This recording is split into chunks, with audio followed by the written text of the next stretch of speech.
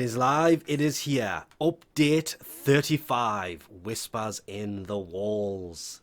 Finally live. 11 AM ET does seem to be the butter zone for when they do like to do updates these days. Some a little late. It did also take about 20 minutes to download. It was weird seeing a table of contents in this whole update page, apart from the fact that it was huge to download. But obviously we'll jump into game. The first thing I want to mention, cross-platform save. Yes, it begins with this update. It actually begins December the 14th.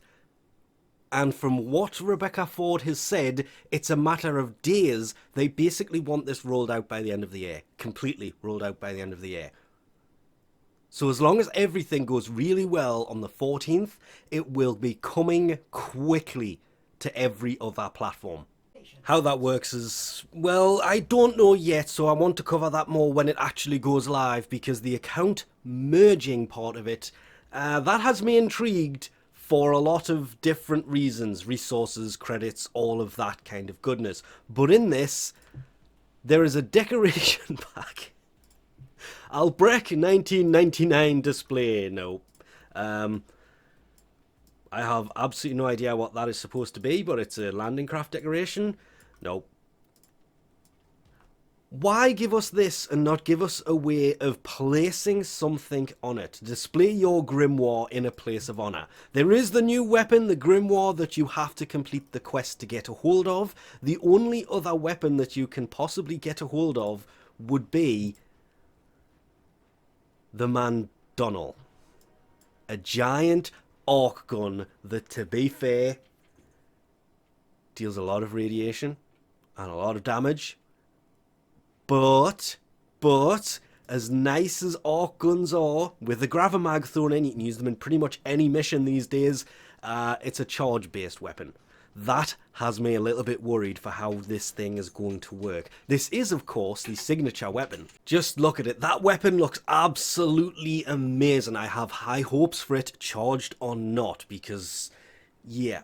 The new frame, Corvex, that can handle this thing, the signature weapon of Corvex, of course, is the new frame. The cement-based frame.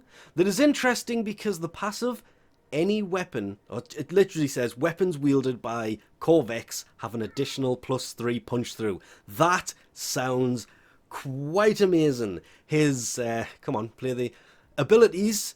The pillar gives kind of a buff around it, and all other abilities that hit it make the pulse happen quicker. Animation's kind of self-explanatory. Containment wall produces 2 walls, and you crush any enemies inside of it. Any pillars hit by it will pulse quicker. Third ability, yeah, that one I'm still unsure, because it's guard yourself and nearby allies against status effect. Hitting the pillar makes the pillar pulse more.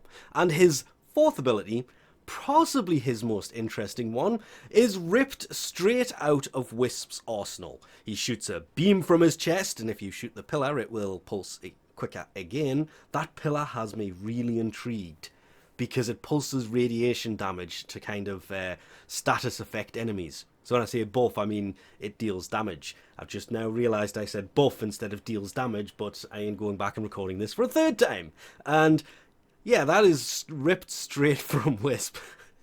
Even down to the, well, I guess this does radiation damage, but combine the abilities together, he's going to be really interesting. And yeah, the blueprint and components for him are acquired from bounties in the Sanctum of Deimos. I will just put it as Deimos and say he's also behind the new quest. Sadly, but it is a thing.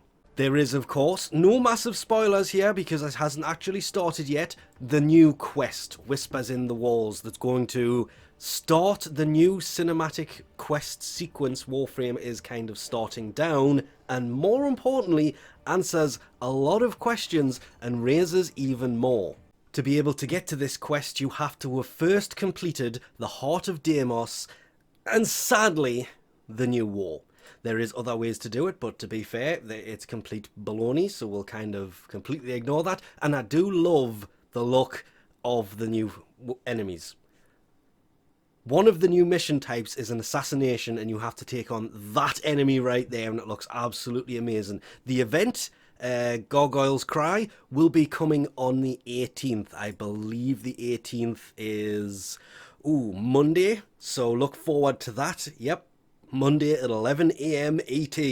I had questions just how good this was actually going to look, and Sevagoth's deluxe skin in person actually looks better than any of the kind of concept they've done for it, because just it's like one side of him is just ghosted and you can see everything inside of it, and damn, that does look nice. Shoulder plate, kind of a given. That I don't know what it is. No description available is all we get from this, whether it's music or a display thing or an emote. Would be nice if there was a description for it. Epitaph, I don't know about this. I'm torn. It doesn't look too bad, but all in all, when you put them kind of together, they look much, much better. I just really... Somebody go to the comment section and let us know, what is Sevagoth's Lullaby? Because I may have to investigate that one a little bit more later. There are two new factions of enemies. There is the Murmur that kind of make up that boss from earlier. And this one is a weird one. You've got all of these fragments and then the rogue necromech enemies, previously described as the security system for Albrechts' lab, that is back online, and they are mini necromech style enemies. But also inside of, I will just put it as after the new quest, there is actually a melee weapon. Wield the timeless power of the mighty hammer. It's an orb. I wouldn't call it a hammer, but never mind. I really do like the look of this, but it's weird because heavy attacks performed with, yeah, we're not getting into that one too much. Come on, spoilers, Digital Extreme, what the hell? Temporarily increase the damage and attack speed. They kind of have to with this, because it's not too bad on the damage. We'll give it that one. It seems high on the crit, slightly high on the crit multiplier, but a 0.767 attack speed. Ooh, they've done worse, but they've done a lot better than this. But it doesn't look too bad. Not my favourite of hammers, though stats do save it a little bit if you increase that attack speed by a lot.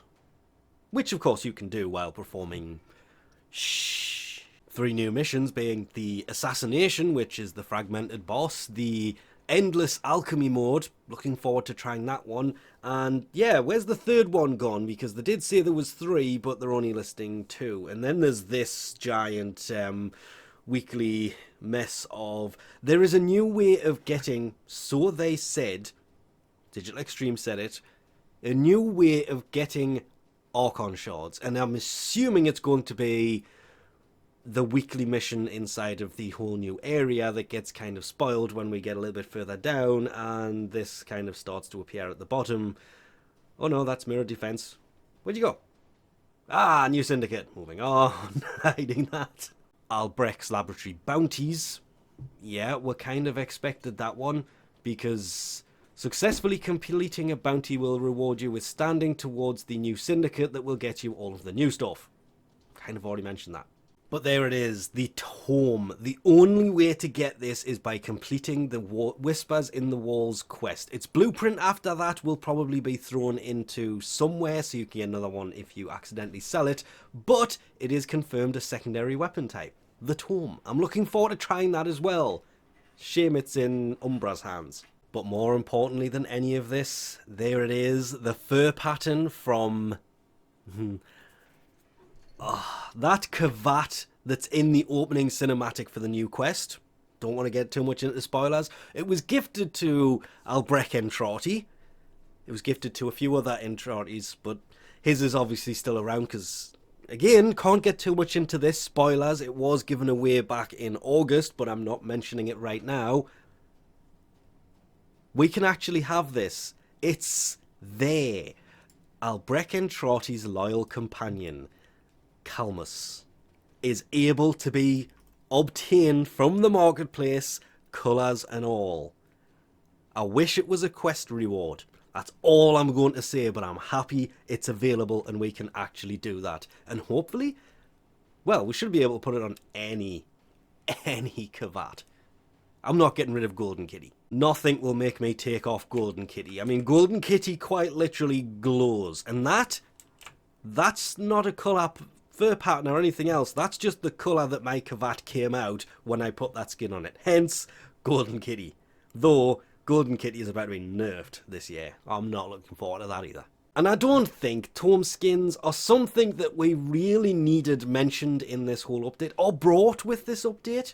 It looks much better as it is than with a wannabe fake eye, and I have no idea why they've done that to it. All we know so far is the tome will have its own mod selection, and it's basically going to be the runes, the glyphs, whatever these things are actually called, because I never remember what they're actually called. Those things, they are going to be the mods for it, not the normal secondary mods. So finding those mods is obviously going to be great now, isn't it? Honestly, I can't believe they did this. New Archon Shard, the Cosent Fusion. Not how that was supposed to be said. You can take 2 shards and combine them into 1, which will change its colour. Meaning we no longer have 3 shards, red, well, crimson, amber, and whatever the blue one is. Red, yellow, and blue. We now have green, orange, and purple as well, as you can see. Emerald. They will have different effects, which is... I'm glad they finally decided what to do with them. Ability damage on enemies affected by electrical status. There's something I was really hoping they weren't going to do here. So we have electrical damage, no. That's the purple one. The topaz one is going to be kind of shields when you inflict damage to enemies will regenerate. Can be fairly useful. Recover 2 health each time an enemy is damaged. With toxic status. Depending on the frame, some of these are going to be amazing. And yes, from everything it's showing, you can apparently do this with Tau Forged ones as well. But to get the blueprint for it, you have to complete the quest, because it's from Wares and Shiny Treasure Vendor in... God damn, this video was not supposed to have spoilers in it.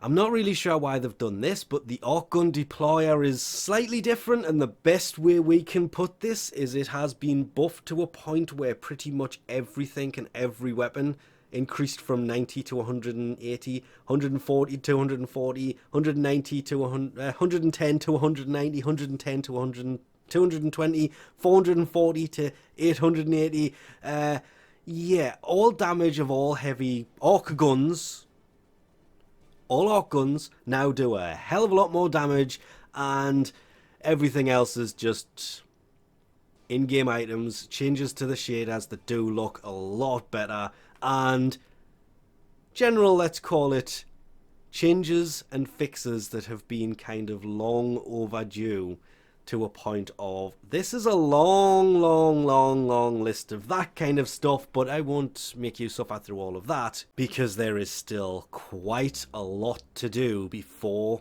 you can get your hands on some of the things in here. Not all of it, but some of it. I just really hope display your grimoire in a place of honor means once we get it, it can go on there. Otherwise, this thing... kind of meaningless. And hopefully they'll finally learn. We want some way to do this with weapons, preferably in the clan. That would be great. But they did promise us that quite a long time ago, and just like the death of the Serration mod, it never happened. But with that, I've gone on way too long, so we'll leave this off here for now. I want to go and hit start on this so badly, but I have so many other things I need to do in the meantime. I'm really hoping I can get this done pretty much as soon as possible. Thanks for watching, and I'll catch you next time.